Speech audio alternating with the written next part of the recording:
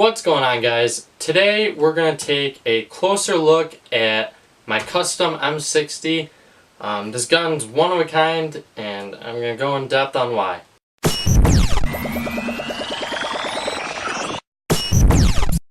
Alright guys, so I've made a few videos on this M60, which started its life as a A&K M64 that I got off Craigslist. So a lot has been done to this gun in the time that I've had it, and I've had it for a little while now, and it's pretty much exactly where I dreamed it would be. This is like the perfect LMG for me. I'm a smaller guy, so you know, LMGs, they're big and heavy. I wanted something that was light and portable and that I would be able to handle. So that's kind of how this thing got born. There's a lot to it, and I haven't really made a video or said anything about it besides that video I posted about me getting it ready for Bad Blood, which it was really successful at Bad Blood. So we're going to go a little more in depth about this gun right now, so you guys can check out how awesome this thing is. So for starters, a lot of the stuff I did to it was mostly external. A lot had to be done to get this gun where I wanted it. This gun starts around 15-16 pounds, and I pretty much cut the weight of that in half. I took a lot of the fiddly bits off. Inside the loading tray here, there was a random piece of metal I took out, didn't need it. Probably there for aesthetic reasons to replicate the real one. I took off the front sight, useless weight for me because I attached this rail myself on top of the feed tray. So I took off the front sight, the rear sight. It was just adding useless weight I didn't need anymore. And perhaps the biggest thing that I did to save weight on this gun was I made a custom barrel for it, and I took the bipod off, which was a lot of weight in itself. But this custom barrel is definitely where this gun is way more custom than any other LMG, on top of where I saved most weight. The original barrel was a heavy metal barrel that went out to like here, and there was a huge chunk of metal below that, where on the AEG version you can adjust the rate of fire with it. I didn't need any of that, so I took it all out, scrapped it, and this barrel is actually made of PVC that I kind of jury-rigged a lathe to fit inside the original like barrel collar. I'll take some pictures and throw them up right now of exactly what this barrel looks like when it's off the gun. And then I made a custom barrel retention system up front here, which really were just spacers to take up some of the room. And then there was a screw, like a piece that screwed in down here, and I just threw a PVC end cap. I just press fitted them together. I didn't even have to glue anything, and that fits amazing. And I made a custom flash hider up front for it.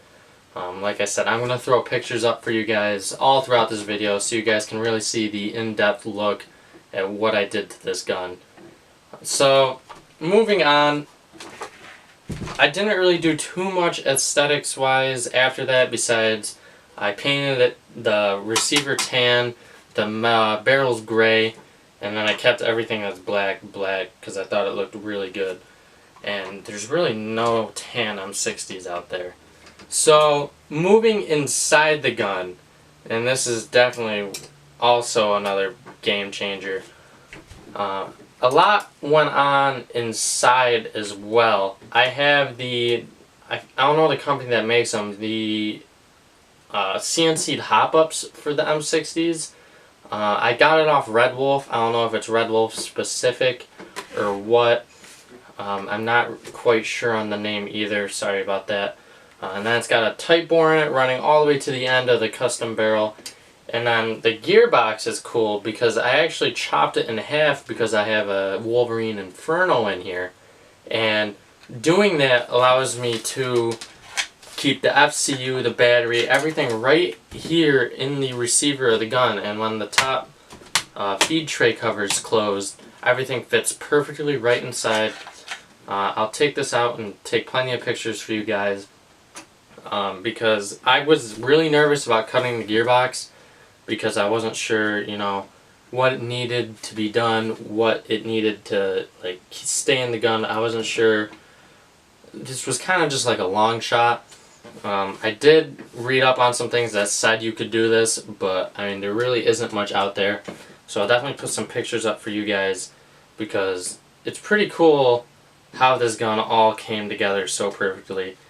The only thing that didn't come together the way I wanted it to was getting the box mag to feed, in terms of when you pull the trigger on the original AEG version, the mag feeds automatically to keep up with the gun.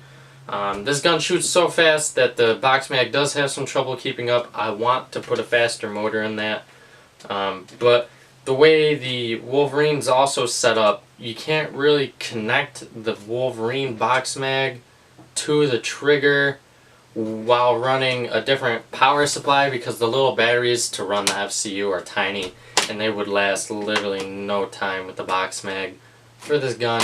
So figuring out a way to have its own power while hooked into another trigger circuit, in the amount of time I wanted to have this gun ready for Bad Blood at the time, I didn't have enough time to figure it out, Google it, buy things, wait for shipping. So I just ran a pressure switch myself. It's just taped right here on the front grip. That's, I mean, nothing special. I just had to press the button. And when I'm firing, my hand's right there, so I can just press the button while I'm shooting. So that worked out really well. I never really had a problem with that while I was at Bad Blood, so I'm probably honestly just going to keep it that way. It's simple, it's to the point. There's no wiring that I need to worry about if I want to take this gearbox out, because I am planning on making it so, I mean, this gearbox is already easy to take out. I'm going to make it so I can swap the Inferno between guns super easy, because that's also a big reason I went with the Inferno rather than the Polar Star Fusion engine that's meant to drop in M60s, was because some people were telling me, like, hey, how often do you use the 60? And I'm like, I mean, I'll only use it, you know, for bigger games when you really need a light machine gun.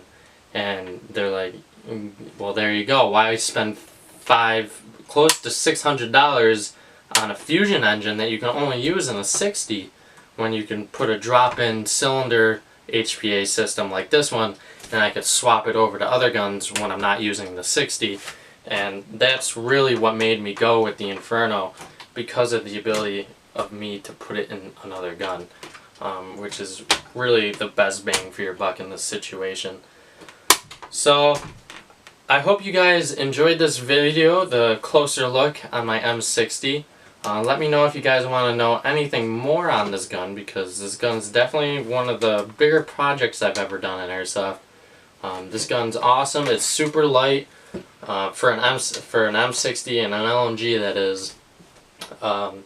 I mean, this gun really is just amazing. It turned out exactly how I wanted it, and I hope you guys enjoy it as much as I do. And I'll catch you guys later.